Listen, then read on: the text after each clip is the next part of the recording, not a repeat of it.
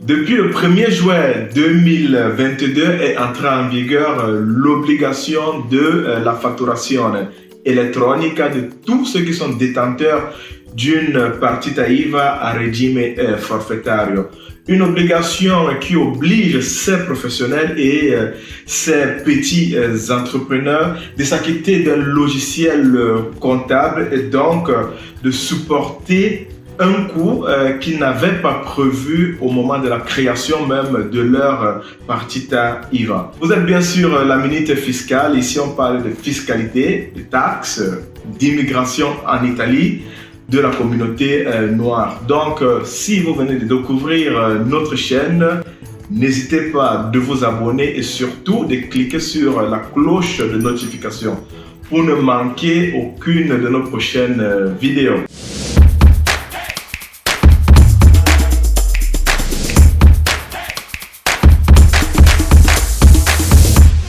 Avant d'entrer même dans le vif du sujet concernant cette obligation fiscale de tous ceux qui sont détenteurs de la partita IVA a regime forfettario, il faudrait déjà essayer de comprendre c'est quoi exactement ce type de partita IVA, qui peut ouvrir ce type de partita IVA et pourquoi. Eh bien, si vous êtes un étudiant par exemple, ou bien si vous êtes au chômage, vous pouvez ouvrir une partita IVA peut-être pour convertir vos documents d'étudiants à travailleurs ou bien de chômeurs à travailleurs. Si vous avez par exemple envie d'avoir des business parallèles par rapport à votre travail dépendant actuel, vous pouvez ouvrir une partita IVA surtout pour des activités que vous menez vers l'Afrique.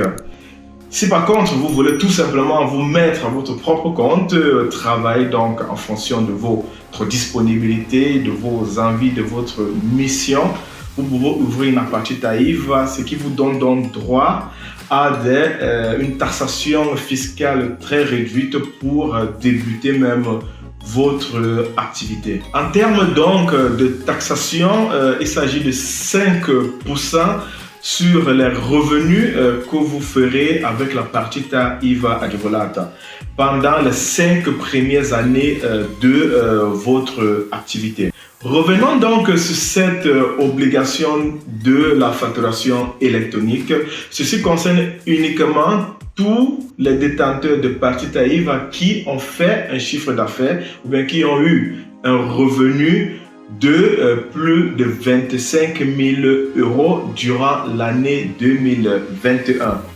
Donc, pas de panique pour tous ceux-là qui, comme récemment du 30 juin 2022, qui ont vu leur revenu, leur taxation, leur comptabilité, qui savent exactement combien ils ont gagné durant l'année de 2021, s'ils voient qu'ils sont en moins de 25 000 €, donc pas de panique pour eux. Par contre, ceux qui ont plus de 25 000 € devraient déjà, pour la prochaine facture à faire durant le mois de juin ou bien après le mois de juin, il va falloir utiliser donc le système di interscambio per la fatturazione elettronica qui est contrôlé par l'Agenzia delle Entrate.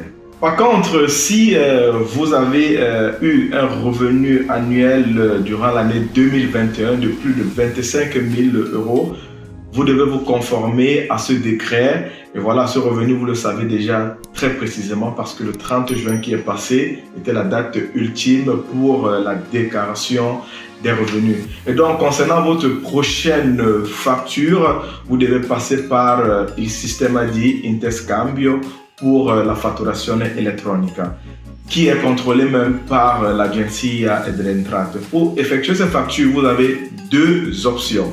La première option, vous pouvez tout simplement aller même sur le site de l'Agenzia delle Entrate. Voilà, pour ceux qui sont déjà assez très pratiques, n'est-ce pas, dans l'utilisation même de la plateforme que l'Agenzia delle Entrate met à disposition de tous les contribuables, de tous ceux qui ont justement une partita IVA. Si vous êtes très pratique là-dessus, vous allez tout simplement dans le site, vous pouvez vous-même émettre votre facture électronique, et donc c'est directement automatiquement contrôlé même par l'agence Adeline. Dans option 2, vous pouvez tout simplement vous affilier ou bien vous abonner à une plateforme externe ou bien une entreprise externe capable de gérer donc vos factures électroniques. Je prends un exemple simple d'une entreprise comme Aruba, comme Infocert ou bien comme Namiral qui fonctionnent vraiment comme des bases de données capables de faire le monitoring même de vos factures électroniques et donc de sauvegarder même les données de vos clients.